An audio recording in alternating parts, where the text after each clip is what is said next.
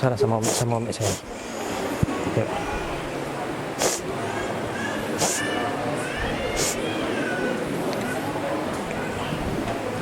Abi tunggu. Kenapa tunggu? Abi anterin. Apa lagi? Ya mau kajian nih. Udah mulai. Ayo, duduk situ. Udah sama Kak Muslim. Kak Muslim. Taib. Bismillahirrahmanirrahim. Assalamualaikum warahmatullahi wabarakatuh.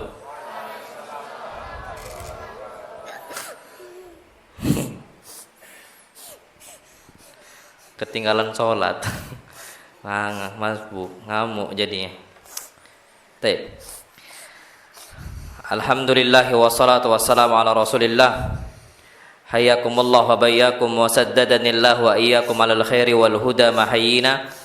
Wa as'aluhu bimannihi wa karamihi ayaj'alani wa iyyakum min ahlil ilmi wal qur'ani tadabbura wa fikha innahu ala kulli syai'in qadir wa bil ijabati jadir. Taib ayyuhal ikhwatul kiram, kita sampai hadis yang keberapa? 62 ya? 62, na'am sahih. Qala al-musannif rahimahullah At-Tirmidzi haddatsana Muhammad ibn Bashar qala haddatsana Mu'ad ibn Hisham qala haddatsani abi an Qatadata an Anas ibn Malik radhiyallahu anhu qala kana ahabbu thiyabi ila Rasulillah sallallahu alaihi wasallam yalbasuhu al-hibarah. Pakaian yang paling Nabi cintai sallallahu alaihi wasallam yang beliau pakai namanya apa? Hibarah. Taib ayyuhal ikhwatul kiram. Hibarah itu apa? Hibarah ala thiyabun tuttakhadhu minal qutn. Pakaian yang dibuat dari apa? Qutn itu katun, kapas. Qutn dari bahasa Arab. Kalau bahasa Inggrisnya juga sama, ngambil serapan dari sana. Awil katan, katan ini salah satu bagian dari kapas. Ada dia, katan macam santri itu banyak. Baju kita itu yang dibuat dari katan. Dia salah satu dari kuten tapi lebih mengkilat kayak gitu. Itu katan. Muzayyana, yang mana dihiaskan baju hibarah tadi. Jadi ada hiasannya, ada coraknya dan sebagainya. Dan disebutkan di sini, fa innal hibarah la takunu illa mukhattatah fiha naw'un min at-tazyin. Disebutkan pakaian hibarah itu kalau dia itu ada garis-garisnya, ada corak-coraknya yang fungsinya untuk menghiasi baju. Dan ini Pak kadang-kadang berurusan kata beliau dengan warna. Dengan apa? Dengan warnanya. Jadi ada macam coraknya, ada. Jadi hibarah itu corak bajunya gitu loh, bukan modelnya. Ini kata para ulama. Nah, wallahu alam bissawab. Dan disebutkan wa kana ahabbu alwani thiyabi ilaihi albayat wal hibarah. Baju yang paling dicintai oleh Nabi kita Muhammad SAW, kata Imam Ibnu Qayyim rahimahullah, itu warna apa? Albayat, warna putih. Kita sebutkan insyaallah. Wal hibarah, dan ada coraknya. Dan Pak, masya Allah, corak di sini disebutkan masalan sawadun wa bayat. Ada warna hitam, ada juga warna putihnya. Mana ada merah? Bayat apa? Putih. Alif, kaif alif. Au sawadun wa humrah. Humrah ini dia. Atau hitam, ada warna merah. Ada garis-garisnya, coraknya. Ini hibarah. Tapi Pak, perhatikan di sini.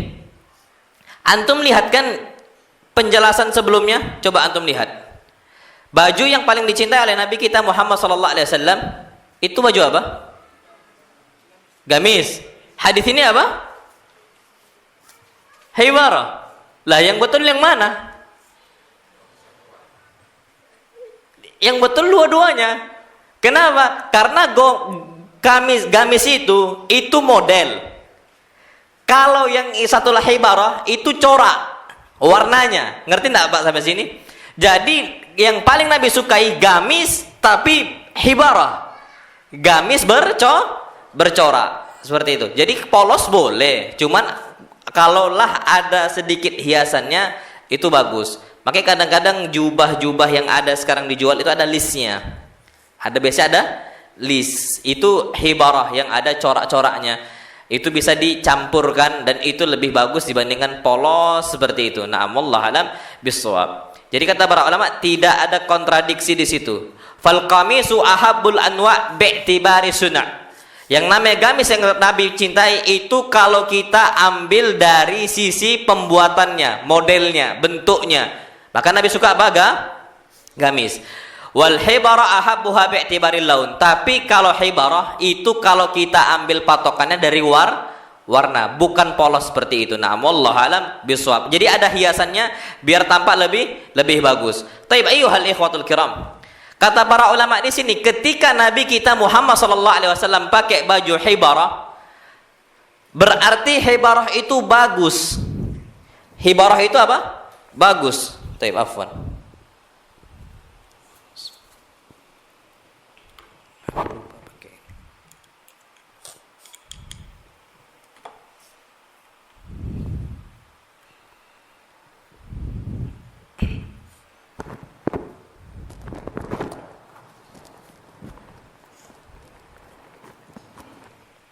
Taib.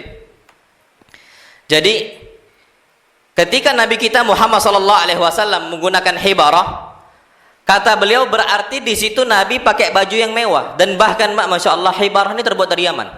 Kata para ulama, wa hadza ahabbu, dan ini adalah pakaian yang paling dicintai oleh ahli Yaman dan bahkan ahsanuhu, yang paling bagusnya. Baju yang paling bagus di Yaman disebutkan hibarah. Modelnya itu model hibarah.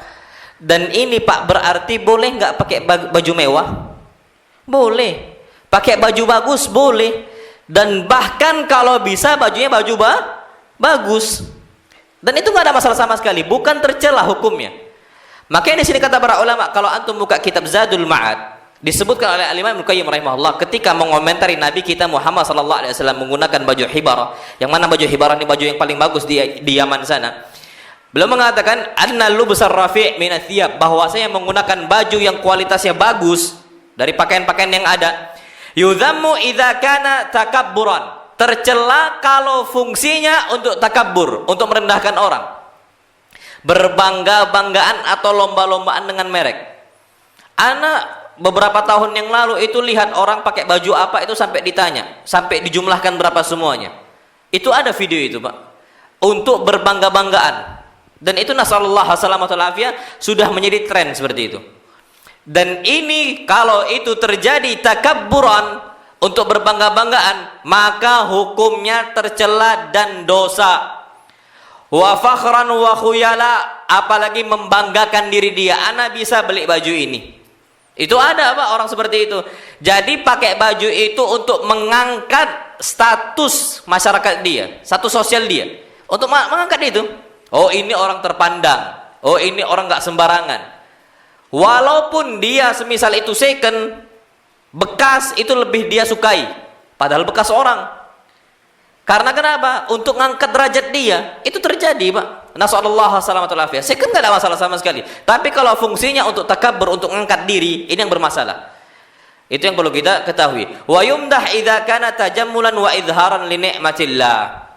Tapi dia dipuji kalau fungsinya pakai baju bagus Pak, pakai baju istimewa yang kita kenakan, yang kita miliki, itu apa? Yumdah, dipuji oleh syariat Islam dan bahkan dipuji oleh Allah Subhanahu wa taala. Tajammulan, untuk apa? Berhias diri saja, bukan untuk ngangkat diri dia, enggak, untuk berhias saja tujuan dia. Wa idharan li ni'matillah, dan tujuannya untuk mengingatkan kita akan nikmat Allah SWT, menampakkan, kita tampakkan kepada orang, ini nikmat Allah SWT, alhamdulillah, semua dari Allah Subhanahu wa ta'ala. Itu boleh Pak.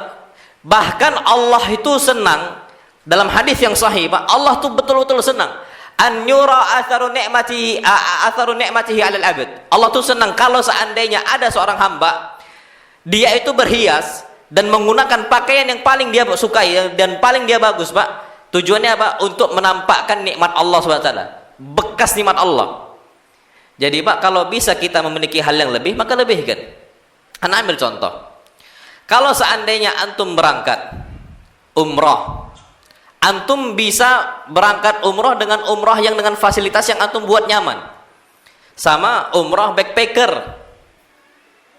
Asal berangkat, tak ada panduan, tak ada siapa-siapa, tidak ada fasilitas apa dan sebagainya, dan seterusnya. Antum pilih yang fasilitas ada, atau antum pilih yang backpacker asal berangkat aja? Yang ada fasilitasnya. Kenapa? Tujuannya untuk mengingatkan nikmat Allah Subhanahu wa ta'ala. Bahkan kata para ulama, kalau untuk ibadah jangan hitung-hitungan. Antum mau menuntut ilmu, ada tiket kereta, antum punya uang 1 juta, satu tiket kereta 200.000, satunya 50.000, tapi 50.000-nya antum perjalanan capek, antum pilih yang mana? 200.000 yang nyaman, dia kursinya masya Allah, bisa mungkin agak direndahkan sedikit dan sebagainya, anda tidak tahu. Ala kulli hal pak, kalau ternyata ada perbedaan dan itu kita bisa mengingat nikmat Allah, laksanakan. Kendaraan pak, ada kita full 10 juta, kita mau beli motor semisal anggaplah yang 5 juta, kita malah beli yang 1 juta, motor kebun, padahal untuk nuntut ilmu. Kalau antum pakai motor kebun, kadang-kadang tengah jalan baru berangkat ke padat karya, mogok, tapi 5 juta insya Allah enggak. Mana antum pilih? Yang 5 juta. Kenapa? Karena memang itu fungsinya kita. Kalau seandainya kita menampakkan nikmat Allah Subhanahu wa taala, atharu ni'matillahi alaihi, kita tampakkan athar nikmat Allah, bekas nikmat Allah untuk kita, itu justru Allah cintai. Jadi Pak, bukan berarti kita pilih yang jelek-jelek saja. Anda Pak, baju carilah yang bagus, jangan yang gampang robek, pakai sedikit cetak robek. Itu kadang-kadang ada Pak, masya Allah, benangnya mungkin rusak, belum lama dan sebagainya. Itu kata para ulama. Sebaliknya, wa kadzalika lubsud dani minats thiyab yuzam, bahkan memakai baju yang kualitasnya buruk itu tercela. Itu apa? Tercela. Kalau seandainya tujuannya itu untuk syuhrah, untuk mendapatkan syuhrah atau zuhud, biar dikatakan apa? Zuhud. Nggak bisa Pak. Zuhud itu bukan jelek. Zuhud itu kita meninggalkan duniawi untuk tujuan akhirat. Kita pakai baju untuk akhirat, bukan untuk akhirat, untuk datang menjumpai Allah pakai baju tadi. Ya jangan yang jelek lah.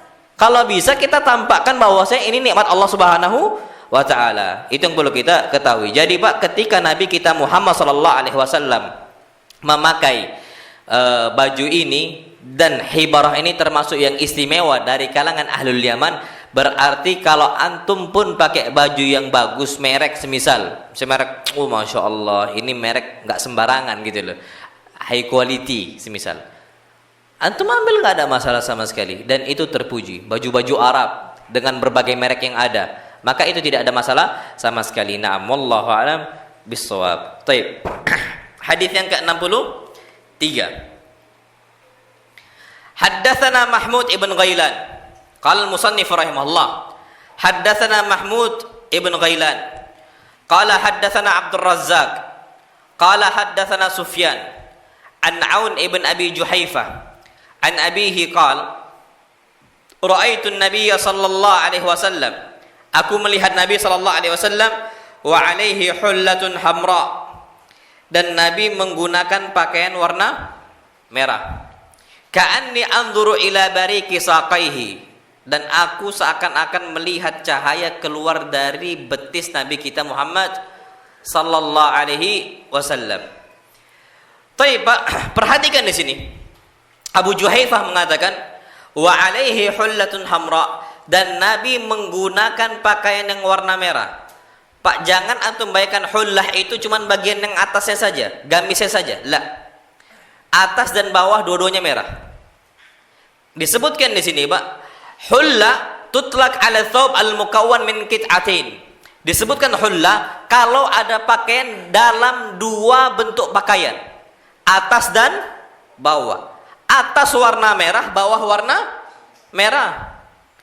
Wal hullatul hamra yuradan burdani yamaniyani mukhattatani bi khututin hamra ma'a sauda. Disebutkan Mbak, hullah hamra itu adalah dua pakaian yang dia itu ada garis-garisnya dengan garis warna merah dan warna hitam, atas dan bawah. Nah, kalau kita sekarang Mbak, kalau yang atas merah, bawah juga merah, kadang-kadang sebagian masyarakat menganggap itu satu hal yang lucu. kayak anak-anak katanya. Satu style gitu loh. Padahal Nabi kita Muhammad SAW satu style enggak? Satu style. Hullah itu Pak dengan satu hal, mau nggak mau satu paket, satu style. Dan dua-duanya warna apa? Merah. Dan itu tidak ada masalah sama sekali. Jadi kalau pakai baju putih, celana warna putih, nggak ada masalah. Baju yang pakai koko warna putih, sarungnya warna apa? Putih. Dan itu lebih serasi. Atasnya biru, bawahnya juga apa? Biru. Ada salah satu syekh Maghribi, syekh dari Maroko. Beliau kalau pakai jubahnya dalamnya hijau, luarnya warna apa? Burnusnya hijau. Burnus itu juga warna hijau. Kalau dalamnya putih, luarnya putih. Kalau dalamnya kuning, luarnya juga kuning. Serasi, Pak. Penampilan dijaga. Sebagaimana Nabi kita Muhammad SAW itu juga rapian orangnya. Dan kelihatan dari pakaian Nabi kita Muhammad Sallallahu Alaihi Wasallam. Tapi kadang-kadang Pak, kalau seandainya warnanya udah nggak masuk, atas biru, bawah merah, itu lebih udah nggak nyambung. Masih mending kalau nyambung. Kalau hitam nih Pak masuk di semua warna. Yang kadang-kadang dua-duanya ngejreng. Habis atas biru, bawahnya merah, semisal dan sebagainya. Maka kalau udah kayak gitu usahakan jangan. Karena di masyarakat kita pun jarang dipakai seperti itu. Tapi kalau serasi, na'am tafaddal wallahu alam bis-shawab. Baik, Pak. Apa kata Syekh di sini? Ketika Abu Juhaifah mengatakan ka'anni anzur ila bariki saqaihi, aku seakan-akan melihat bahwasanya betis Nabi itu keluar apa? Cahaya. Huwal wada'atu wal lum'an. Yang namanya cahaya itu, Pak, betul-betul macam kayak cahaya, saking putihnya betis Nabi kita Muhammad Sallallahu Alaihi Wasallam. Padahal Pak ya, Nabi kita Muhammad Sallallahu Alaihi Wasallam itu orang yang sering keluar kena cahaya matahari itu sering. Nabi latihan perang, Nabi latihan gulat, Nabi latihan berkuda, Nabi latihan memanah. Terus seperti itu Pak. Tapi masih putih. Berarti Masya Allah Pak ya. Dan itu satu hal yang terpuji dalam tubuh Nabi kita Muhammad Sallallahu Alaihi Wasallam. Nah kalau kita yang terlahir udah kayak gini, ya syukuri. Karena kita ini diciptakan oleh Allah Subhanahu wa taala ada dalam bentuk orang yang hitam, ada yang putih, ada yang sawo matang dan seterusnya. Itu ada, dan bahkan ada yang albino sekalipun. Dan wallah alam Pak, itu penciptaan Allah Subhanahu wa taala. Kenapa orang-orang ini dikasih kulitnya seperti ini, yang satu dikasih kulit? Ada hikmahnya masing-masing dan Allah yang paling tahu. Wallahu alam bissawab. Kemudian perhatikan di sini. Wa fi hadha isyaratun ila anna izarahu sallallahu alaihi wasallam indama ra'ahu Abu Juhaifah kana ila ansafi saqaihi. Hadis ini dalil bahwasanya pakaian Nabi sallallahu alaihi wasallam itu setengah betis. Dan memang sunnahnya itu setengah betis.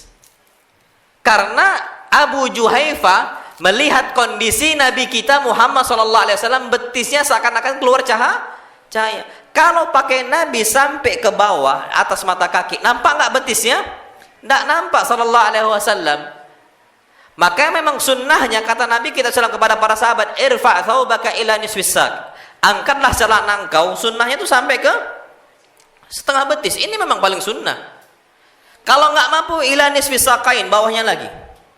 Kalau nggak mampu fa'alal ka'ab, maksimal atas mata kaki. Bawahnya isbal. Ma asfala minal ka'baini minal izari fa finnar. Apa yang ada di bawah mata kaki berupa pakaian, maka letaknya di mana? Neraka. Nggak boleh. Dan ana Masya Allah ya, ada salah satu Ustadz Hermanto namanya. Ngajar umum, bukan ngajar agama. Sebelum kami tamat itu beliau mengingatkan kami. Antum ingat enggak dulu masih santri baru, pakaian antum semua hampir rata-rata semua nisfus sak, setengah betis. Kenapa sekarang kok malah mundur ke bawah, malah turun lagi ke bawah, malah turun lagi ke bawah, sampai kalau kalian nanti keluar liburan di bawah mata kaki? Mana dulu? Itu sampai diingatkan Pak. Biasanya orang kapan udah kenal sunnah gimana? Oh ini sunnah, semangat Pak. Tapi rada-rada kesini, malu turunkan lagi. Malu turunkan lagi. Memang sunnahnya memang di sini Pak. Kalau bisa. Tapi pun kalau tidak bisa, kalau antum merasa anak mau di atas mata kaki lah, tidak ada masalah. Tapi kalau memang bisa sunnahnya betul-betul di setengah betis. Itu yang memang paling afdal. Jubahnya gitu, celana juga gitu. Dan itu yang memang paling menjaga. Nah, wallahu alam bissawab. Baik. Kemudian hadis yang ke-64. Haddatsana Ali ibn Khashram. Qala al-musannif rahimahullah, haddatsana Ali ibn Khashram. Qala haddatsana Isa ibn Yunus an Israil. Syuf. Israel. Antum punya anak namanya Israel, enggak ada masalah. Abu Israel. Jangan Israel tapi Israel. Israel enggak enak didengarnya. Kenapa? Negara Israel. Tapi boleh. Israel ini nama para ulama, ruwatul hadis. Dan bahkan Nabi kita Yakub alaihi salam namanya apa? Israel. Jadi kalau antum punya anak, jarang loh Pak nama kaum muslimin Israel. Ada salah satu ustaz namanya Abu Israel kunyahnya. Abu Israel ada di Jawa Timur. Abu Israel namanya. Antum kalau mau punya anak Israel nggak ada masalah sama sekali. Jadi kalau nanti ada yang mau nanya sama anak Ustaz, nama yang bagus apa? Anak jawab Israel. Israel, nama sahih. An Israel, an Abi Ishaq. عن البراء بن عازب قال ما رأيت أحدا من الناس أحسن في حلة حمراء من رسول الله صلى الله عليه وسلم. Tidaklah aku melihat satupun orang yang lebih bagus menggunakan hullah hamra, pakaian hullah berwarna merah daripada Rasul kita Muhammad sallallahu alaihi wasallam. Dan memang Rasul itu paling cocok Pak kalau udah pakai hullah warnanya merah. Tapi merahnya ada motifnya, ada warna yang lain, tidak murni warna merah. Dan itu memang ada Pak. Macam gini, ada orang kalau pakai songkok cocok, ya kan? Cocok dia. Kalau anak pakai songkok mungkin lucu, atau pakai peci lucu. Ada orang pakai songkok bagus, pakai sorban lucu. Itu ada. Dan Rasul kita Muhammad SAW cocok pakai apa? Hullah warna merah. Cocok dan betul-betul bagus. Karena pas juga dengan kulit Nabi kita Muhammad sallallahu alaihi wasallam. Kulit Nabi Pak warna putih disandingkan dengan warna merah, cocok enggak? Cocok. Warna pink aja masih cocok orang kulit putih. Warna pink ini Pak aslinya warna laki-laki. Warna pink. Aslinya warna laki-laki. Cuman kalau di zaman kita sekarang udah bergeser jadi warna apa? Perempuan. Aslinya gitu. Jadi ada beberapa orang tuh cocok dengan beberapa pakaian. Dan Nabi kita Muhammad SAW pakai hullah warna hamra. Cocok enggak? Cocok. Antum sesuaikan saja. In kanat jummatuhu la tadribu qariban min mankibaihi. Ketika itu Rasul, apalagi kata beliau Bara' ibn Azib, rambutnya hampir nyentuh bahu, pundak. Dan itu lebih ajib Pak, lebih laki gitu loh, lebih lanang. Tapi balik-balik lagi, kapan istri tidak setuju antum rambut panjang, maka apa? Jangan dipanjangkan. Karena kadang-kadang istri itu gerem aja. Ana aja diingatkan berkali-kali, bang, potong rambut. Nah, sahih. Karena kalau istri tidak suka pakai rambut kita panjang, ya jangan dipaksakan. Karena yang hidup sama kita siapa? Istri, bukan ikhwan. Ikhwan, Ustaz, masya Allah, antum ganteng saat rambut panjang. Iya, ikhwan gak hidup lama sama kita. Yang hidup lama siapa? Istri. Sampai muak istri itu kalau lihat rambut kita apa? Panjang. Iya, kadang-kadang kan kalau rambut panjang ini Pak, kriwil-kriwil gak jelas kayak orang gelandangan kan. Nah, kadang-kadang istri kita tidak suka, maka jangan kita buat panjang. Nah, wallahu alam bisawab. Tapi di sini Al-Bara' ibn Azib itu suka kalau lihat Nabi pakai hullah hamra plus rambutnya apa? Panjang. Zain itu laki-laki gitu loh bagi Bara' ibn Azib. Nah, wallahu alam bisawab. Baik. Kemudian qala al-musannif rahimahullah, haddatsana Muhammad ibn Bashar qala haddatsana Abdurrahman ibn Mahdi. Syuf, Abdurrahman ibn Mahdi ini sering sudah kita sampaikan. Ini termasuk gurunya Ahlul Hadis, gurunya Imam Bukhari rahimahullah. Haba Abdurrahman ibn Mahdi. Qala haddatsana Ubaidullah ibn Iyad an abihi. Berarti siapa? Iyad an Abi Ramthah an Abi Rimthah. Qala ra'aitu an-nabiy sallallahu alaihi wasallam wa alaihi burdani akhdaran. Aku melihat Nabi kita Muhammad sallallahu alaihi wasallam dan beliau menggunakan dua burd. Warna apa? Hijau. Dua pakaian warna hijau. Dan pakaian di sini Pak disebutkan tidak murni warna hijau. Dia disebutkan ma'aha khututun min alwanin ukhra, ada garis motif-motif yang selain warna hijau. Kalau seandainya murni memang hijau, nggak disebutkan dengan burd. Biasanya Ustaz Habib itu pakai itu Pak, yang diselendangkan ada kan motif-motifnya warna hijau, burd akhdar. Nah, itu dia, itu yang boleh kita ketahui. Jadi ada takun mukhattatah, ada motif-motifnya, dan Nabi SAW pakai itu warna hijau seperti itu. Na'am, wallahu alam bissawab. Taib, hadis yang ke-66. Qala Tirmidzi rahimahullah, haddatsana Abd ibn Humaid qala haddatsana Affan ibn Muslim qala haddatsana Abdullah ibn Hassan. Syuf, ada Hasan, ada Hassan. Hasan fa'al, banyak kebaikannya. Kalau Hasan, ya Hasan baik. Tapi kalau Hasan banyak. Ada juga Hisan, beda lagi artinya. Tulisannya sama. Ha, sin, panjang, nun. Nggak bisa dipanggil Hisan. Hisan ini perempuan, bidadari artinya. Hisan untuk perempuan. Kalau Hasan, laki-laki. Hasan. Makanya ada salah satu syekh dari Mesir namanya Syekh Muhammad Hassan. Hassan ya. Nah. Taib. Haddatsana Abdullah ibn Hassan Al-Ambari an jaddatayhi Duhyah wa Ulaibah. Syuf, ngambil hadis dari dua neneknya. Dua neneknya, Pak. Gurunya sendiri. Mbah kita belum. Dan bahkan nggak nyampaikan hadis. Tapi ini nyampaikan apa? Hadis. Dua neneknya. Jadi jangan dikira Pak bahwasanya perempuan tidak bisa jadi penuntut ilmu. Jangan sembarangan loh Pak. Kapan akhwat udah rajin semangat untuk ilmu, semangatnya itu berlebihan. Betul Pak. Antum tahu nggak halaqah HSI itu? Silsilah Ustaz Abdullah Rai itu. Kalau laki-laki Pak banyak yang gagal. Perempuan banyak berhasil. Itu beberapa kali Pak panitia semisal di Jakarta, Anda kan istilahnya ada kontaknya gitu ya. Selalu posting alhamdulillah dan kata dia selesai. Alhamdulillah selesai. Tugas-tugasnya selesai, Pak. Padahal ummahat. Kalau kita ngomongnya apa? Sibuk. Padahal bapak-bapak tidaklah lebih sibuk dibandingkan ummahat. Ummahat Pak nyuci baju ya iya, masak ya iya, ngepel ya iya, nyapu rumah ya iya, ngurus anak ya iya, ngurus santri ya iya. Tapi tetap mereka ini belajar. Itu ada Pak. Kalau perempuan kapan semangat-semangatnya? Aisyah radhiyallahu taala anha bisa mengalahkan banyak para sahabat Nabi kita Muhammad SAW. Padahal Aisyah masih kecil bukan?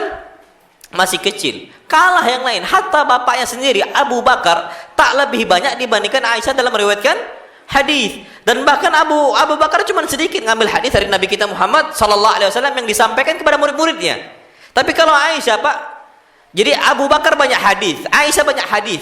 Tapi Aisyah lebih banyak menyampaikan hadis dibandingkan Abu Bakar menyampaikan hadis. Kenapa? Semangat mereka dalam urusan ilmu. Syekh Al-Albani rahimahullah punya anak Pak, dan mengarang kitab. Nama anak Sukainah, dua anak perempuan beliau. Sukainah, satu lagi lupa siapa nama. Anak Syekh Al-Albani rahimahullah. Sukainah, satu lagi siapa? Nulis kitab. Bayangkan Mak, dan kitab ini diambil manfaatnya oleh banyak kaum muslimin. Anak Syekh Al-Albani rahimahullah perempuan. Jadi jangan dikira perempuan ini nggak bisa belajar. Oh anak nih gini lah. Kalau seandainya para ulama salaf zaman dahulu perempuannya itu perhatian dengan ilmu, sampai bahkan Pak Masya Allah disebutkan ada salah seorang wanita di zaman salaf zaman dahulu, dia ini Pak belajar nyatat hadis sambil apa? Wahiyya tahdinu sabiyaha. Dalam kondisi dia ini gendong siapa? Bayinya. Yang kiri gendong bayi, yang kanan ngapain? Nulis. Wallah ajib ini Pak, tidak sembarangan kita. Itu saking perhatian mereka dengan ilmu hadis, dengan hadis Nabi kita Muhammad SAW.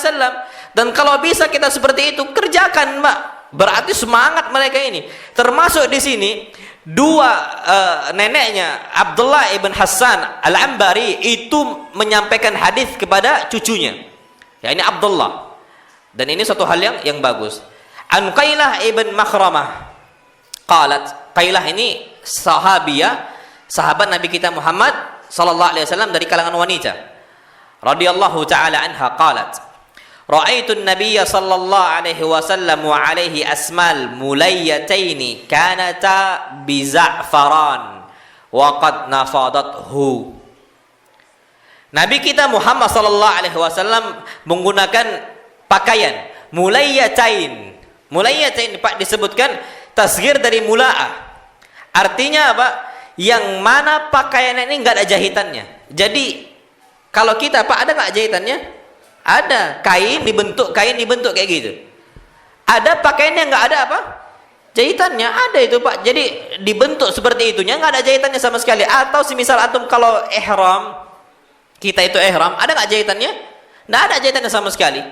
Nah, jadi Nabi kita menggunakan sallallahu alaihi wasallam menggunakan asmal mulayyatain, pakaian yang tidak ada jahitannya. Kanata bi za'faran, yang mana dulunya warnanya ini dicampur dengan za'faran. Kalau dicampur dengan za'faran Pak, biasanya pakaian itu jadinya warna apa? Merah. Za'faran. Keras Pak warnanya itu za'faran. Antum kalau pakai minyak wangi za'faran, enggak boleh antum langsung apa? Oles di baju, rusak Pak bajunya. Jadi harus ke tangan dulu. Habis di tangan baru antum apa? Oleskan. Saking kuatnya warnanya za'faran. Kalau zaman kita sekarang itu, zaman dulu Pak, za'faran itu digunakan untuk pewarna, mencelup warna itu apa namanya? Sablon. Apa?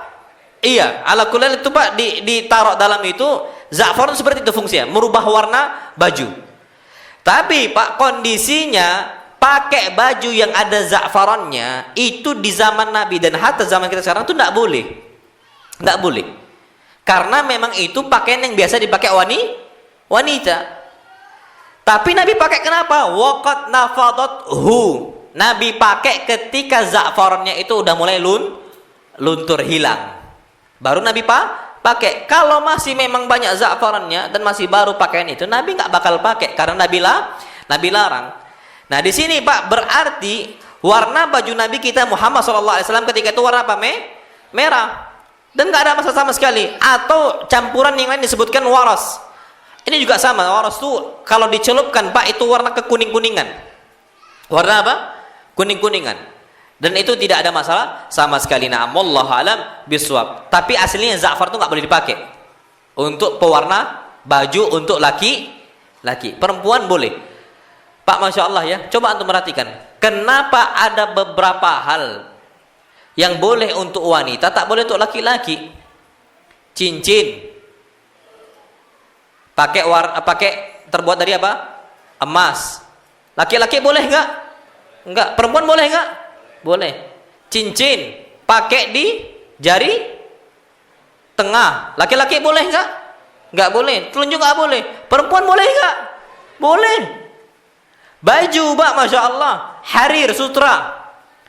Laki-laki boleh nggak pakai sutra? Nggak boleh. Perempuan? Boleh.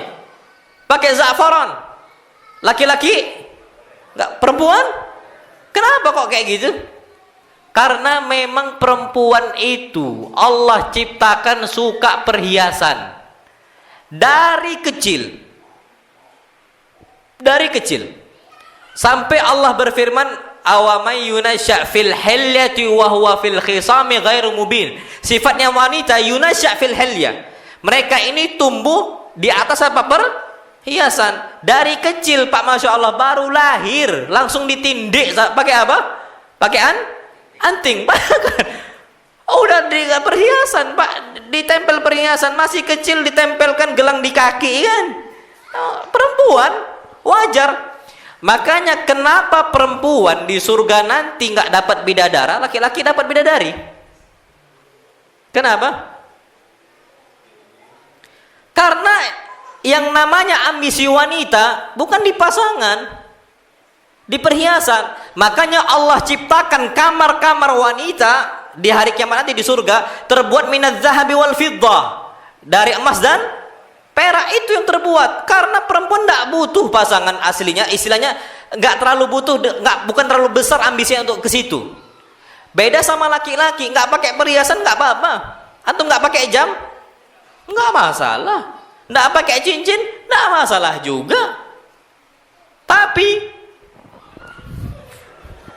Anda mau teruskan nggak berani Anda. Anda sahih Pak. Anda ambil contoh gini. Antum ada uang 50 juta. Sama dikasih izin untuk nikah lagi. Antum pilih mana? Dikasih 50 juta atau nikah lagi?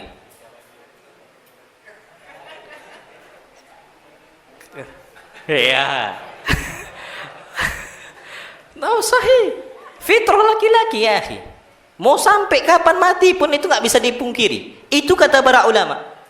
Semua para ulama mengambil hikmah di situ. Kenapa perempuan itu diperbolehkan semua perhiasan? Semua perhiasan diperbolehkan, hampir rata-rata, kecuali ada beberapa hal yang dilarang dalam syariat.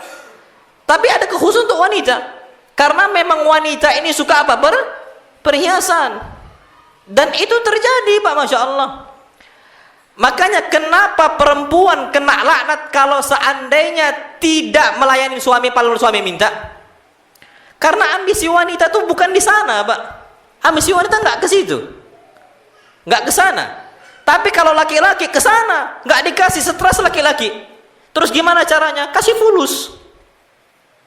Anaikin dia mau. Itu mau nggak mau? Itu kata para ulama. Makanya yang perlu kita perhatikan, itulah wanita. Kenapa di sini za'faran laki-laki tidak boleh? Ternyata perempuan apa? Boleh. Karena memang perempuan itu diciptakan oleh Allah Subhanahu wa taala, fitrahnya majbul. Kata para ulama, ditakdirkan oleh Allah memang udah cinta perhiasan dari kecil sampai mati. Mbah-mbah pun, mbah-mbah udah tua. Perempuan nenek-nenek ini udah tua, tetap suka kalau dia berhias. Ya kan? Sampai berusaha giginya itu direnggangkan biar kelihatan masih muda. Pakai kena ancam. Mau nipu, Pak. Nipunya dengan cara apa? Kalau anak kecil, coba antum lihat anak-anak antum, giginya Pak renggang-renggang atau rapat-rapat? Renggang-renggang. Zaman jahiliyah, Pak, mbah-mbah itu banyak yang direnggangkan giginya. Ini yang Nabi sabdakan sallallahu alaihi wasallam, wal mutafallijati lil husn. Allah melaknat para wanita-wanita yang renggangkan giginya. Mbah-mbah banyak terjadi, Pak, udah nenek-nenek masih direnggangkan. Tujuannya untuk berhias. Bayangkan, udah tua. Tapi itu terjadi, Pak. Namanya wanita. Tapi kalau merenggangkan laki-laki dan perempuan tidak boleh sama sekali. Kenapa? Mughayyirati khalqillah, merubah ciptaan Allah Subhanahu wa taala. Itu kata para ulama. Na'am, wallahu a'lam bissawab. Ala kulli hal, Pak, itulah wanita. Itulah wanita. Kenapa diperbolehkan banyak perhiasan dan sebagainya? Ya wanita, wajar. Antum tahu, Pak, Masya Allah. Antum tahu kenapa bahasa Arab kalung? Apa bahasa Arab kalung? Kiladah. Naam, sahih, kiladah. Apa arti kiladah? Ngikut. Kiladah itu artinya ngikut. Apa kata para ulama? Kalau wanita istri kita, Pak, mau ngikutin kita, kasih kalung. Sahih. Makanya nama kiladah. Min zahab, dari emas. Kalau istri kita mencak-mencak, Pak, pakaikan kalung. Maksudnya kasih hadiah kalung. Dan itu ada sifat wanita yang tunduk untuk laki-lakinya. Tapi kalau perempuan tidak pakai kalung, biasanya mencak-mencak dia. Ya banyak suaminya digertaknya, suaminya dihinakannya, direndahkan dia. Mungkin kita nggak pakaikan dia apa? Kiladah. Tundukkan dia. Kiladah artinya untuk ngikutin gitu loh. Kiladah. Qallada yuqallidu, taklid. Antum tahu taklid? Qallada yuqallidu taklidan. Taklid apa arti taklid? Ngikut buta gitu loh, nggak tahu arah, yang penting ngikut aja gitu loh. Makanya kata para ulama mengatakan kalung itu kiladah, pakaikan, Mbak, kiladah itu. Pakaikan kalung untuk istri kita, untuk membahagiakan istri, dan insya Allah anda yakin setelah itu kita pakaikan, dia akan agak sedikit nunduk kepada kita, sedikit ngikut gitu loh. Nah, wallahu a'lam bishawab. Tapi kalau udah dikasih minta lagi, kasih lagi. Masya Allah. Nah, alhamdulillah nggak ada masalah sama sekali. Taib. Adzan. Nah, fadal adzan dulu. Kita lihat kepada adzan, fadal.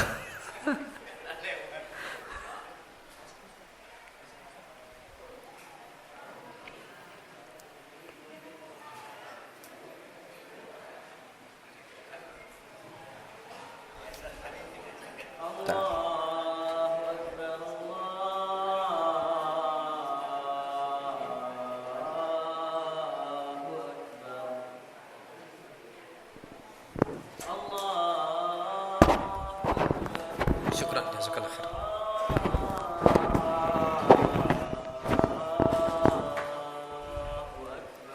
Allah akbar, Allah akbar. Asyhadu an la ilaha illallah.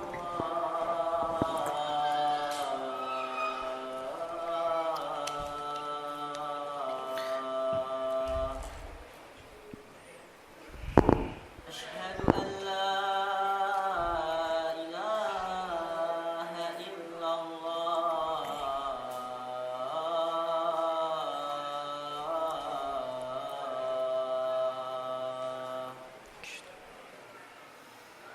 Asyhadu anna Muhammadar Rasulullah.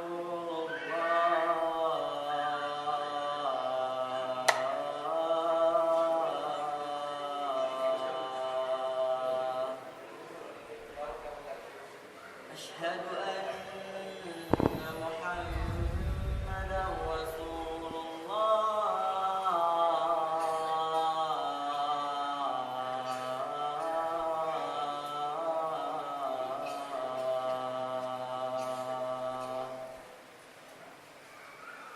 Hayya 'alas salah.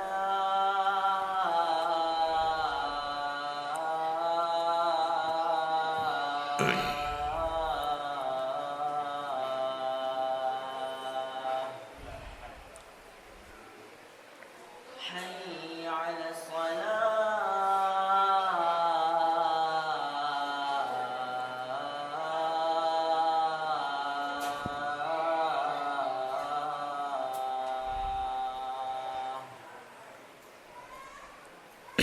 Hayya 'alal falah.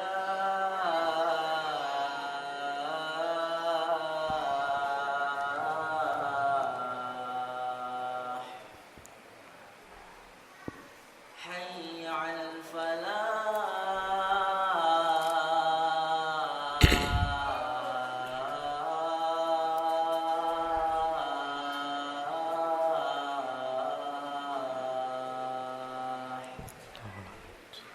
Allahu akbar, Allahu akbar. Allah akbar. La ilaha illallah.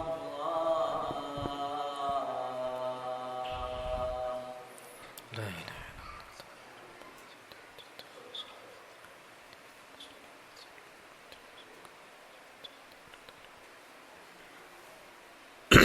Taib.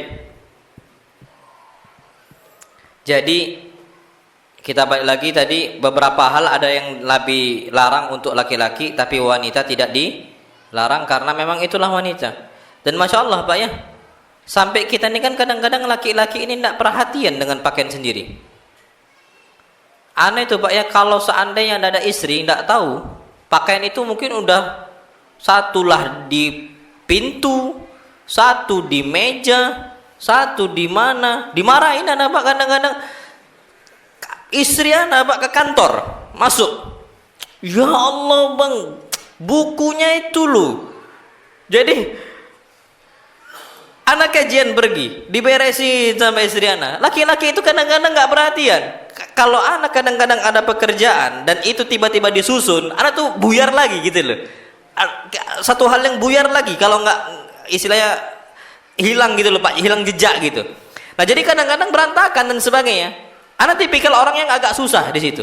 Kalau perempuan Pak perhatian dengan penampilan, sampai dalam bentuk susunan buku itu dirapikan, rapi. Tapi besoknya berantakan lagi. Jadi masya Allah, baju di rumah juga sama. Makanya kalau kasusnya anak dulu pernah juga, istilahnya kami itu ketika ketika masih kuliah, Masya Allah, 3 laki-laki dalam satu rumah, kapal pecah, sahih laki-laki semua. Padahal ada satunya yang tukang bersihin, tapi yang namanya laki-laki nggak terlalu perhatian dengan penampilan, perhiasan tuh nggak terlalu diperhatikan. Sampai Pak, Masya Allah, sampai baju aja, celana yang sering belikan itu bukan anak. Tiba-tiba datang aja kiriman untuk baju anak gitu loh. Yang beli siapa? Istri. Istilahnya itu diperhatikan gitu loh, Pak. Makanya ketat bagi mereka. Wajar Islam itu membolehkan beberapa hal dalam urusan penampilan, dalam urusan apa istilahnya perhiasan, boleh bagi mereka, tak boleh bagi laki-laki. Antum tahu Pak, Masya Allah, ada cerita aja. Ustadz Abu Qatadah pakai cincin 2 ya. Istri ana WhatsApp, Bang, cincinnya Ustadz Abu Qatadah bagus itu. Maksudnya diperhatikan, tap gitu loh. Memang wanita kayak gitu, Pak. Pakai anak pakai cincin, istri ana enggak, justru senang gitu loh. Laki-laki itu kurang perhatian sama penampilan, tapi kalau wanita perhatian enggak? Perhatian. Malah perhatian perempuan itu. Nah, tapi kalau kita kalau anak Pak, enggak, kalau apa kurang, anak enggak bisa. Memang kurangnya ada di situ. Nah, kurangnya ada di situ. Tapi alhamdulillah ada istri yang memperhatikan. Nah, wallahu alam bisawab. Taib. Kemudian masalah baju juga. Tadi warna, ada warna hijau, ada warna merah, ada warna kuning. Sekarang yang paling bagus, warna apa? Ini kita bahas. Qala al-musannif rahimahullah. Haddatsana Muhammad ibn Bashar. Qala haddatsana Abdurrahman ibn Mahdi. Qala haddatsana Sufyan. Coba ini riwayatnya hampir sama yang seperti sebelumnya. Muhammad ibn Bashar. Qala haddatsana Abdurrahman bin Mahdi. Kemudian apa? Qala haddatsana Sufyan. Nah, ini bedanya. Sebelumnya bin Iyad, ini Sufyan. An Habib ibn Abi Thabit, an Maimun ibn Abi Shabib, an Samurah bin Jundub. Ini sahabat Nabi kita Muhammad sallallahu alaihi wasallam. Wallahu alam Samurah bin Jundub. Tapi ana itu beberapa kali dengar Jundab. Kalau Jundab ini Jundab ibn Junada. Tapi kalau Samurah ibn Jundub itu dia. Qala Rasulullah sallallahu alaihi wasallam, perintah Nabi kita wasallam, ilbasul bayad, pakailah pakaian warna putih. Pakai pakaian warna apa? Putih. Fa innaha athhar wa atyab, karena pakaian warna putih itu lebih suci dan lebih bersih gitu loh.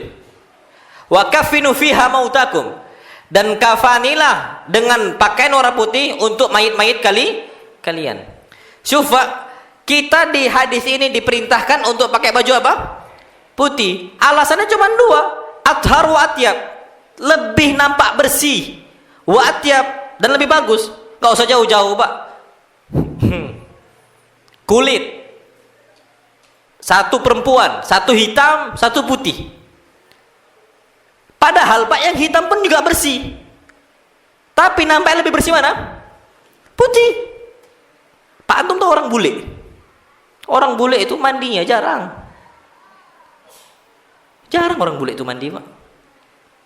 Orang Indonesia kayak ikan. Bahkan ada orang mandi itu 3 kali sehari. Bahkan lebih. Apa? Macam ikan orang Indonesia. Tapi kulitnya sawo mateng. Yang kelihatan lebih bersih, orang bule atau Indonesia? Orang bule. Karena warna putih. Itu aja, Pak. Ini dalam urusan kulit lo ya, kelihatan. Makanya wajar kata Nabi kita mau dalam pakailah baju warna putih karena nampak lebih apa? Bersih. Nah, lebih bersih, Pak. Sahih. Ada noda kelihatan nggak langsung? Kelihatan. Itu dia, Pak. Masya Allah. Anda nggak sembarangan loh, Pak, yang ngomong orang bule itu nggak perhatian sama kebersihan. Pak, sahih. Antum ke Belanda, Pak ya. Mereka itu kapan BAB kadang-kadang nggak. Antum berangkatlah ke tempat umumnya mereka. Tapi kalau Jerman bersih-bersih, Belanda kotor, Pak. Ikhwan semua cerita kayak gitu. Yang bersih cuma 1, toilet masjid. Karena muslim yang make. Tapi kalau bule ini Pak enggak perhatian. Kita Pak BAB atau BAK, ceboknya pakai apa?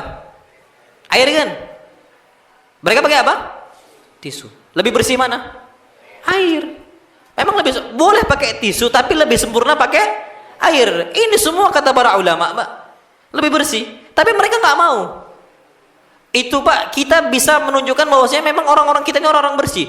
Tapi memang kita ini kurangnya di warna kulit. Kalau kita kulitnya putih, Pak, masya Allah, udahlah kulit putih bersih pula. Macam kayak Nabi kita Muhammad Sallallahu Alaihi Wasallam, bersih, memang betul-betul bersih, Pak. Dan itu memang enak nengoknya. Makanya kalau ada syekh kulitnya warna putih, Pak, masya Allah, wangi pula lagi. Lewat pun, semerbak. Itu masya Allah, Pak. Memang ya patokan untuk apa seluruh kaum muslimin. Nah, di sini kita diperintahkan apa? Warna putih. Apa kata Syekh? Fahiya tamtazu innama tughsal bi tibiha wa naqaiha wa zuhuri safaiha. Apalagi kalau pakaian warna putih, Pak, habis dicuci, itu betul-betul kelihatan. Makanya, Pak, kalau bisa baju putih itu dijaga keputihannya. Kalau dulu kami santri, itu kalau nyuci baju warna putih tidak pakai Baiklin. Karena baju warna putih pemutih. Karena Pak, kalau pakai itu dia jadi putih kekuningan. Kami itu ada pakai satu bahan apa? Beleu apa? Kalau orang ngomong belewa. Belau ya? Belau. Jadi warnanya warna putih biru gitu loh, Pak. Bersih dia. Kalau bisa pakai gitu. Karena kalau udah warna kuning itu nampak agak sedikit kotor. Kalau bisa dijaga, ini syuf. Fa innaha tughsal bi tibiha wa naqaiha, betul-betul jadi betul-betul murni, kayak bersih lah dari awal. Tapi kalau pakai pemutih, Pak, dia agak kekuning-kuningan. Nah, itu kalau kami santri dulu, Pak. Apalagi kalau antum jubah-jubah yang mengkilat itu ya. Jubah yang mengkilat, jangan pakai itu. Kuning nanti dia, sayang bajunya. Apalagi merek-merek itu mahal dan sebagainya, sayang. Akhirnya warnanya apa? Jadi warna kuning. Tapi pakai itu. Ya, blau ya kalau di sini ya. Blau. Nah, pakai blau. Wallahu a'lam bishawab. Taib. Dan Nabi kita Muhammad SAW mempermisalkan dengan apa? Kalau Nabi berdoa memintakan ampun, apa kata beliau? Allahumma nakkini minal khataya kama yunakkat thawbul abyadu minad danas. Ya Allah, sucikanlah kami, bersihkanlah kami ya Allah dari dosa-dosa sebagaimana baju yang putih dibersihkan dari kotoran, nodanya. Dan di sini kata para ulama, Pak, Nabi sampai mencontohkan baju warna putih karena memang lebih suci, lebih bagus. Nah, jadi Pak, kalau kita bisa pakai jubah-jubah warna putih, baju warna putih, hatta ulama Saudinya, hampir rata-ratanya, Pak, mereka kebiasaannya pakai jubah ya cuma satu warna putih. Semua masyayikh, hampir rata-rata. Walaupun ada kadang-kadang jubah warna hitam, tapi tidak dipakai setiap hari. Yang dipakai setiap hari, yang dengan warna yang sama, Pak, selalu setiap hari, itu semua warna putih bagi mereka. Dan itu memang yang lebih bagusnya. Na'amallahu alam bisawab. Taib, warna lawannya putih warna apa? Hitam. Boleh nggak pakai warna hitam? Boleh. Mana hadisnya? Qala al-musannif rahimahullah. Haddatsana Ahmad ibn Mani'. Qala haddatsana Yahya ibn Zakaria ibn Abi Zaidah. Qala haddatsana Abi an Mus'ab ibn Syaibah an Safiyah binti Syaibah. Syuf siapa? Safiyah. Perempuan. Ngambil dari siapa? Aisyah radhiyallahu taala anha. Qalat kharaja Rasulullah sallallahu alaihi wasallam dzata ghadatin wa alaihi mirtun min sya'rin aswad. Nabi sallallahu alaihi wasallam pernah keluar pada satu hari dalam kondisi beliau memakai pakaian yang agak sedikit tebal terbuat dari bulu warna hitam. Berarti pakai baju warna hitam boleh? Boleh. Oh, jangan pakai baju warna hitam, tasyabuh dengan dukun. Enggak. Kenapa? Karena udah banyak kaum muslimin pakai baju warna hitam. Enggak ada masalah sama sekali. Dan itu diperbolehkan karena Nabi sendiri SAW pernah pakai baju warna hitam juga sama, dan itu tidak tercela. Na'am, wallahu a'lam bissawab. Baik. Kemudian yang ke 70. Qala al-musannif rahimahullah. Haddatsana Yusuf ibn Isa. Qala haddatsana Waqi'. Qala haddatsana Yunus ibn Abi Ishaq an abihi an Sya'bi. Ini antum sering dengar apa? Asy-Sya'bi.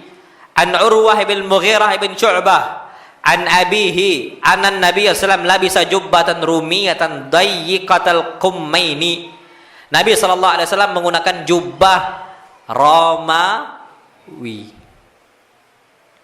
Berarti Pak, boleh enggak antum pakai pakaian yang ngambil dari import made in Taiwan, made in China, boleh enggak? Boleh. Ini kata para ulama, di situ nggak disebutkan Pak, tapi Syekh Muhammad Shalal Munajjid menyebutkan itu. Boleh kita ini ngimpor pakaian sampai model yang asli dari mereka, nggak ada masalah sama sekali kalau sudah tidak lagi menjadi kekhususan bagi mereka. Kemeja, boleh nggak pakai baju kemeja? Boleh. Asalnya dari muslim atau kafir? Kafir. Tapi udah banyak kaum muslimin yang pakai kemeja. Kemeja, baju hem gitu ya. Udah banyak kaum muslimin yang udah pakai. Boleh? Boleh. Karena Nabi juga pakai jubah Rumiyah, jubah dari Romawi, model orang Romawi. Nabi pakai sallallahu alaihi wasallam. Boleh? Jawabannya boleh. Tak ada masalah sama sekali. Jadi nggak ada masalah, Pak. Celana sirwal kayak kita nih, Pak, namanya bantolun. Apa? Bantolun. Bantolun ini, Pak, itu dari negara orang-orang apakah? Kafir, bukan dari muslimin. Kaum muslimin pakainya izar, sarung. Ini bukan kekhususan bagi orang kafir lagi untuk saat ini. Dulu tak boleh, sekarang boleh. Dan nggak ada masalah sama sekali. Ngerti Pak sampai sini? Jadi di sini Syekh menyebutkan, Al-Imam At-Tirmidzi rahimahullah menyebutkan hadis ini sebenarnya Pak, fungsinya untuk menunjukkan bahwasanya yang namanya seseorang itu diperbolehkan ngimpor pakaian dari negara barat. Enggak ada masalah sama sekali. Pun pakai model mereka tak ada masalah sama sekali kalau bukan jadi kekhususan bagi mereka. Kemudian Pak, dayyiqatal qummain. Lengannya itu kecil. Nabi disebutkan dalam riwayat lain lengan yang besar, tapi juga ada lengannya apa? Kecil. Boleh enggak? Boleh. Antum Pak kalau berangkat, lihat antum berangkat ke Saudi sana, tangan mereka itu langsing-langsing, menunjukkan mereka itu masih muda. Antum berangkatlah, model pakaian mereka itu Pak langsing-langsing. Kalau antum pakai robek mungkin, karena kita ini udah apa? Besar-besar. Tapi kalau mereka Pak enggak langsing-langsing mereka bajunya. Boleh enggak? Boleh lengannya. Selama yang dia itu Pak yang bentuk ini bukan aurat. Tapi kalau pakai celana pahanya sempit, maka ini tak boleh karena paha apa? Aurat. Nah, jadi itu diperbolehkan dalam agama Islam. Nabi SAW pakai lengan tangan itu yang kecil. Dan ini enggak, apalagi Pak biasanya kalau kita itu pakai seragam kantor. Seragam kantor ini Pak apalagi dikancing. Dia sesuai dengan bentuk tubuh. Itu dibuatnya dan itu tak ada masalah sama sekali. Na'am wallahu a'lam bissawab. Baik Pak. Perhatikan di sini. Al-Imam At-Tirmidzi kata Syekh Abdul Razak Al-Badr, beliau mengatakan Nabi sallallahu alaihi wasallam menggunakan beberapa model pakaian baju dan menggunakan beberapa pakaian dengan beberapa warna. Apa kata beliau, Pak? Di sini berarti tanawwu' libasin Nabi sallallahu alaihi wasallam. Berarti pakaian Nabi bermacam-macam. Falubsul izari warrida walubsul kisai walubsul qamis wa anwa'an ukhra minal albisa. Hadza mimma yubayyan anna al-amr fil libasi wasi'. Mimma yubayyin anna al-amr fil libasi wasi'. Ini menunjukkan bahwasanya urusan pakaian itu urusan yang luas. Enggak perlu antum kita harus pakai jubah saja. Kita harus pakai ini saja. Enggak. Al-amru wasi'. Perkara apa luas. Karena al-aslu fihi al-hil, hukum dalam pakaian apa aslinya halal. Dan bahkan kaidah ini Pak, antum ambil kaidah ini, al-aslu fil asya'i al-ibaha, hukum asal segala sesuatu dalam urusan dunia hukumnya apa? Halal. Hatta ya'tiyad dalil ala tahrim, sampai ada dalil yang mengharamkannya. Kebalikannya sama ibadah, hukum asal ibadah apa? Haram sampai ada dalil mensyariatkannya. Kalau ada tiba-tiba orang adzan di waktu tengah malam, ngamuk enggak satu kampung? Satu negara pun ngamuk. Kenapa? Menambahkan sesuatu hal yang tidak pernah Nabi syariatkan. Nambah lafal adzan. Contohnya orang-orang Syiah. Asyhadu anna Aliyan waliyullah, kata dia. Aku bersaksi bahwasanya Ali adalah wali Allah. Haram atau tak haram? Haram. Maka hukum asal dalam urusan ibadah adalah haram. Azan sesuai syariatnya saat waktu-waktu sholat, bukan ketika pengkuburan. Berarti ketika pengkuburan halal atau haram? Haram. Karena nanti akan banyak lagi yang lain-lainnya. Contohnya, kalau seandainya kita ini disunnahkan untuk azan di pemakaman, maka orang lahir juga diazankan. Muncul nggak? Muncul. Nanti muncul lagi. Kalau kayak gitu nanti kita azan kapan lagi? Kapan lagi? Kapan lagi? Makin banyak inovasi dan makin banyak tambahan. Nggak boleh. Tapi sebaliknya, Pak, kalau urusan pakaian, urusan harta, urusan duniawi secara umum, hukum asalnya apa? Halal. Jangan antum larang sembarangan sampai ada dalil yang jelas bahwasanya pengharaman itu jelas. Pakai topi. Apa hukum asalnya? Halal. Jangan antum larang. Kecuali tasyabbuh. Kalau semua orang kafir pakai topi, yang lain tidak pakai topi, kaum muslimin tidak pakai topi, maka betul tasyabbuh. Berarti itu boleh dilarang. Tapi kondisi sekarang, banyak nggak kaum muslimin pakai topi? Banyak. Berarti tidak haram. Jadi hukum asal segala sesuatu, Pak, model pakaian atau apapun, hukum asalnya itu halal, kata para ulama. Kenapa Allah berfirman, "Qul man harrama zinatallah allati akhraja li'ibadihi wat thayyibati minar rizq." Katakanlah, siapa yang mau mengharamkan perhiasan Allah yang Allah berikan untuk hamba-hambanya. Nggak boleh, Pak, berarti mengharamkan apa? Perhiasan dari Allah Subhanahu wa ta'ala. Itu yang perlu kita ketahui. Na'amullahu a'lam bis-shawab.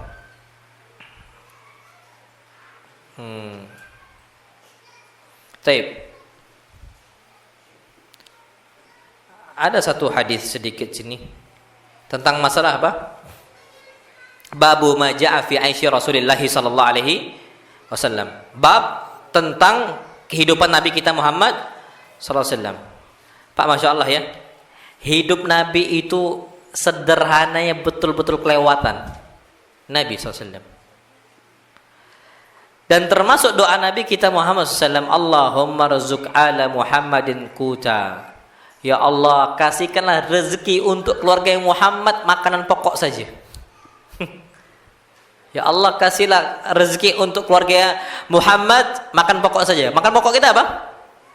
Nasi tok yang dimakan, Pak. Siap nggak kita? Nggak siap. Berarti sederhana Nabi kita Muhammad sallallahu alaihi wasallam, dan ini betul loh, Pak, terjadi. Antum tahu dalam hadis yang sahih Nabi kita Muhammad SAW disebutkan oleh para sahabat Nabi SAW, marra ala Nabi SAW hilalun thumma hilalun thumma hilalun. Anu sudah sampaikan di berkali-kali. Lewat untuk Nabi 1 bulan. 1 bulan lagi. 1 bulan lagi. Berapa bulan? 3 bulan. Falam yuqad fi baitihi nar. Nabi sama sekali di rumahnya tidak ada masakan makanan. Enggak masak. Nggak nyala api untuk masak, nggak ada yang bisa dimasak. Kita, Pak, paling nggak masak gara-gara memang mau keluar, bukan karena nggak ada, mau jajan. Tapi Nabi memang nggak masak karena tidak ada, dan itu berlanjut sampai 3 bulan. Masya Allah, Pak. Makanya kalau kita udah gelisah, nggak makan, nggak bisa masak 3 hari, berarti iman kita masih kurang kuat. Wallahi kurang kuat, Pak. Wallahi kurang kuat. Ketika itu, Pak, sampai sampai Aisyah ditanya, dengan apa Rasul hidup selama 3 bulan kalau nggak nyala api di rumah beliau? Apa kata Aisyah? Al-aswadan. Nabi hidup dengan air dan kurma saja. Air dan nasi saja, Pak. Kalau di negara kita air dan nasi saja. Kalau orang sana, Pak, makanan pokoknya itu kurma. Zakat fitr pakai apa? Kurma. Kalau kita, Pak, zakat fitrnya pakai apa? Beras. Nabi seakan, kalau di negara kita, Pak, seakan-akan makannya 3 bulan nasi dan air tok. Hidup, Pak, sallallahu alaihi wasallam, dan berkah hidupnya, dan bisa bertahan loh. Tidak gelisah Nabi SAW, dan istri tidak pernah gelisah SAW. Sampai pernah kondisi Aisyah tinggal 1 kurma saja. Tiba-tiba datang ibunya membawa 2 anak. Tahu kan hadis itu? Diminta, Aisyah butuh tuh 1 kurma. Cuman 1 kurma loh. Nabi, Aisyah langsung apa? Kasih radhiyallahu ta'ala anha. saking Masya Allah didikannya Nabi kita SAW untuk istri-istri beliau. Rajin sedekah, Masya Allah, Pak Haji. Dan Nabi SAW nggak mempermasalahkan itu. Sampai, ana udah sering sampaikan, Pak Abu Hurairah ketika itu minta makan sama Abu Bakar kurang peka, sama Umar juga kurang peka. Yang akhirnya peka cuma siapa? Nabi SAW. Itu pun Nabi itu aslinya nggak tahu di rumah tuh ada makanan atau tidak. Ternyata ada susu. Nabi butuh itu susu aslinya. Karena memang sebaik-baik minuman tuh susu, Pak. Kenapa? Yughni min ju', bisa menghilangkan rasa lapar dan rasa haus sekaligus susu. Kalau bisa minum susu, Pak. Makanya 4 sehat 5 sempurna, kan gitu. Memang susu sahih. Dan Nabi SAW itu suka susu, Pak. Kalau susu itu susu ghanam gitu loh. Susu bukan susu sapi, Pak. Susu kambing. Ana nggak tahu, mungkin ada susu khusus yang macam etawa. Tapi kalau kambing Ana kan Ana juga nggak mau, untuk anaknya aja kan gitu. Nah, ini Pak, susu yang Nabi SAW minum, susu kambing. Kambing tuh Pak semuanya berkah. Dagingnya nggak ada kolesterol gara-gara kambing. Kadzab. Kalau ada dokter ngomong itu dajjal. Kadzab. Sahih. Nggak mungkin Pak Nabi kita Muhammad SAW menganjurkan makan kambing, dan bahkan Nabi katakan fa inna fiha barakah. Makan kambing karena ada keberkahan. Pelihara kambing karena ada keberkahan. Minum susu kambing karena apa? Keberkahan. Tiba-tiba kita habis makan berkah sakit, ya kan? Hujan, Pak, Nabi SAW turun hujan, mandi nggak hujan? Kita tiba-tiba ngomong, nak jangan, nak nanti sakit. Nabi ngomong hujan karena ada apa? Berkah di situ. Tiba-tiba ditakut-takuti sakit. Akhirnya sugesti. Anak main hujan sakit gara-gara sugesti bapaknya yang ngomong. Sakit. Makan kambing sugesti. Akhirnya apa? Sakit. Pak, sugesti itu istilahnya ngaruh besar sugesti itu. Optimis dan pesimis. Optimisme dan pesimisme. Itu ngaruh besar itu, Pak. Antum tahu doa Nabi kita SAW untuk orang yang sudah tua ketika dia sakit, kena demam. Nabi katakan la ba'sa tahurun insyaallah, membangun optimisme, tidak apa-apa, insyaallah penggugur dosa. Dia pesimis, dia ngomong apa? La bal syekhun kabir human tafur ala syekhin kabir tuziruhul kubur. Ini demam yang berat menimpa kakek-kakek tua yang siap diantarkan ke kuburan. Apa kata Nabi? Idzan fanan, kalau itu, oh iya, bentar lagi mati, keluar meninggal, Pak. Itu gara-gara pesimis. Diatur sama sugesti dia, Pak. Makanya dalam Islam nggak boleh pesimis. Antum butuh rezeki, Pak, memang betul-betul optimis nyari rezeki, Pak. Cukup, yakinkan cukup. Jangan ngomong nggak bisa, yakinkan bisa gitu loh. Selesaikan. Antum punya tugas, selesaikan ini, selesai insyaallah. Antum punya kerjaan, selesaikan ini, insyaallah selesai. Antum tahu nggak, Pak, kenapa orang-orang itu bisa selesai urusan ketika deadline? Kalau jauh dari deadline, nggak selesai. Pesimis, berat, nanti dulu. Pas 1 hari sebelum deadline, Pak, Masya Allah, semangat dia, bisa insya Allah. Jadi sistem kebut sama SKS, sistem kejar semalam, selesai. Kenapa? Optimis dia selesai, tapi tersiksa. Tapi apa? Tersiksa. Kenapa nggak diselesaikan dari dulu kali? Awalnya dia pesimis, berat, nantilah pesimis dia, kayaknya nggak selesai. Tapi kalau optimis 1 hari selesai, nggak selesai. Makanya ngaruh, Pak, sampai kesehatan tuh ngaruh. Makanya kadang-kadang kalau dokter udah tahu pasiennya ini kena stadium berapa, kadang-kadang dokter nggak mau nyebut. Ini bentar lagi bahaya nih, nggak mau nyebut, Pak. Kenapa? Membangun optimisme. Sama seperti ini, Pak. Jadi kalau kita cukup makan nasi sama air saja, kalau optimis kita bisa, maka bisa. Tempe, tahu. Ya, santri buktinya hidup sampai sekarang. Makannya apa antum?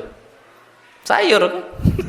Nanti kadang-kadang tempe, kadang-kadang tahu, ala kadarnya. Enggak, yang mewah-mewah tuh belum. Ya, mungkin mudah-mudahan kita bisa mencontoh Nabi kita Muhammad SAW. Yang penting optimis. Optimis. Nah, wallahu alam bisawab. Jadi, Pak, sampai itulah kondisi Nabi kita Muhammad SAW, saking sederhananya beliau. Ini mau Isya. Sepertinya insya Allah kita lanjutkan pada pertemuan berikutnya insyaallah. Tapi ini ada hadis yang 60 belum dibaca rupanya. Karena termasuk adab membaca kitab harus dibacakan hadisnya matan. Ana bacakan di sini.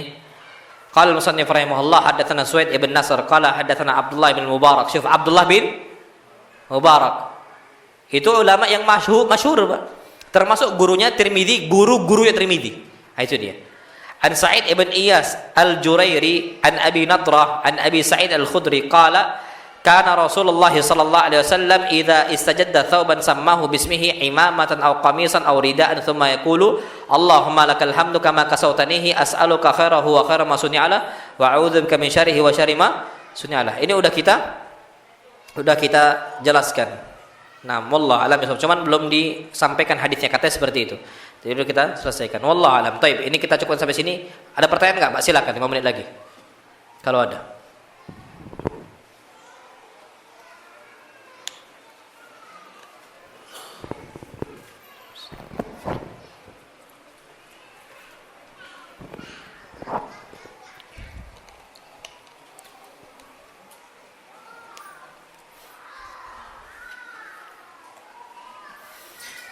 Baik Pak ya, Ana sedikit ambil sedikit cerita Pak. Ana bukan untuk wala fakhran wala apa, bukan Pak. Tapi Ana bercerita aja sedikit. Itu Khalid itu Pak, kayak tadi itu sering gitu. Kalau Ana udah ke masjid, dia nggak dibawa, ngamuk minta sholat di rumah bareng-bareng. Kalau nggak ke masjid lagi, itu dari dulu. Allah alam Pak, memang kita pendidikan anak itu sejak kecil. Karena yang sering pakaikan jubah itu umiknya. Nah, adzan pakai jubah. Ini persis Imam Ahmad ibn Hanbal kenapa bisa jadi ulama besar? Karena yang sering sampai kata Imam Ahmad, kanat ummi tulbisuni al-jubbata wal imamah. Yang makaikan selalu saya untuk pakai jubah dan imamah sebelum belajar menuntut ilmu hadis di sisinya Imam Syafi'i dan para ulama-ulama yang lain. Itu siapa? Umminya. Sampai kadang-kadang sudah besar pun Pak tetap dipakaikan umiknya. Biar perhatian gimana kondisi anak itu terdidik. Jadi Pak, padahal kalau anak-anak secara awam orang umum Pak, justru kapan dibawa ke masjid tidak mau. Maunya dibawa ke taman mainan kan? Senang. Dibawa ke masjid tidak mau Pak. Ini Pak tanpa disuruh berangkat dia. Kecuali siang kadang-kadang dikunci di rumah kalau untuk istirahat. Tapi selalu kalau anak pergi berangkat, tadi anak ke kantor nangis dia. Itu sering kayak gitu Pak. Itu kata para ulama Pak, memang takzir kita itu memasukkan akidah di hati anak. Itulah yang disebutkan oleh para ulama seperti Luqman nasihatkan anaknya ketika masih kecil. Jadi sering-sering Pak, antum ada anak, cucu ya. Kalau antum ada sama cucu Pak, bawa cucu antum ke masjid. Tapi tetap kita didik untuk tidak ribut. Bawa terus Pak, kenalkan dia dengan Allah. Kenalkan terus dengan Allah. Nanti lama-lama dia akan biasa. Itu Khalid pada ajak kajian. Ke pengabuan. Nangis dah ikut. Pernah kondisi anak udah mau berangkat nih sama santri, tiba-tiba minta ikut kajian. Nginep sama anak berdua. Lupa sama umiknya. Padahal sama umiknya dekat nian. Gak bisa lepas Pak dari umi ya. Tapi kapan udah untuk kajian pengabuan, oh masya Allah ngekor itu ikut. Ya memang Pak dari kecil udah harus dibiasakan untuk apa? Wallahi ana ma haddatsukum tafakhuran. Ana enggak ceritakan untuk bangga-bangga lah. Bukan. Hatta kalau nasallallahu alaihi wasallam, kalau anak-anak juga bandel, anak kan nasihatin yang sama untuk antum. Naudzubillah. Kalau memang seperti itu ya Pak, anak juga nasihatkan. Tapi kita bersyukur kepada Allah SWT, Allah jadikan kita ini ada anak, ada cucu, dan itu tanggung jawab kita sampai mati. Cucu antum, anak antum. Anak antum ya anak antum. Dan bahkan senakal-nakalnya anak antum, tidak ada mantan anak. Nggak ada Pak mantan anak. Sampai Nabi Nuh alaihi salam, sebagaimana kufurnya anaknya kepada Nabi Nuh, tetap dia ngajak anaknya menuju Islam. Nggak pernah lepas Pak. Jadi usahakan seperti itu, dekatkan anak. Dekatkan terus gitu Pak. Jadi dia itu kapan udah dekat dengan agama, kapan nggak dapat kesempatan itu, dia akan marah gitu loh, merasa menyesal. Itu harus kita bangun dari kecil anak kita. Wallahu alam bisawab. Sallallahu alaihi Muhammad subhanakallahumma wa bihamdika asyhadu an la ilaha illa anta astaghfiruka wa atubu ilaik. Assalamualaikum warahmatullahi wabarakatuh.